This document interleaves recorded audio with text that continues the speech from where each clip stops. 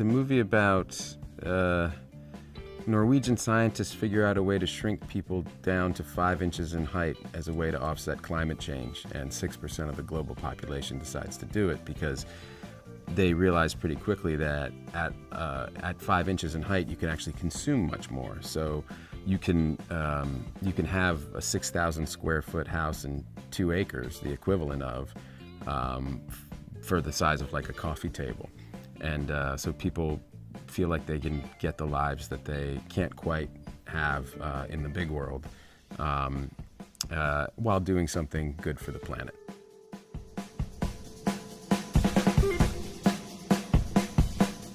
I play a guy named Paul Safronic, who's a guy from Omaha. He's an occupational therapist. He works at Omaha Steaks. He kind of helps people with repetitive injuries, work-related injuries, and he's in-house at Omaha Steaks. And he's just a very good, conscientious guy.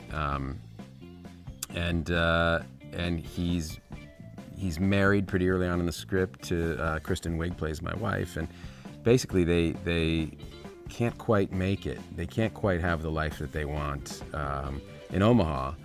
And this idea of downsizing just starts to look more and more appealing to them, kind of after one thing after another kind of starts to convince them that maybe this is for them.